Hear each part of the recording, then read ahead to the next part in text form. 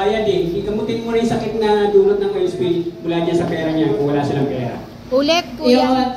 Ang lahat ng mga military agreements na pinasok ng Pilipinas sa iba't ibang bansa, na karamihan ay tulak ng Estados Unidos. Lahat ng mga military agreements nito ay para sa mga miyembro ng NATO. Kaya agad-agad, madali na nating makita na ang lahat na ito ay tulak ng imperialistang Estados Unidos, tulak para sa interes at gera ng US. Ang gera ng US ay hindi natin gera.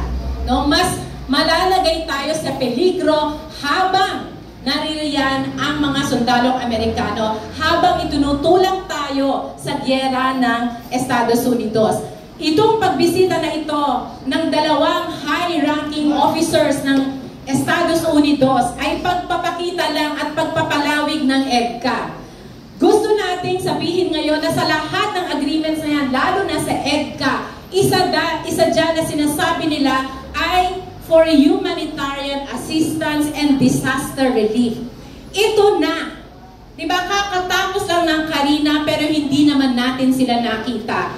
Ito, naririto na ngayon ang tindi ng krisis dahil sa oil spill. Hindi pa rin natin sila nakikita. Ipinagmamalaki yung $500 million. Ibigay nyo yan sa mga naapektuhan ng Karina. Ibigay nyo yan dito sa mga mangingisda. Maraming salamat po.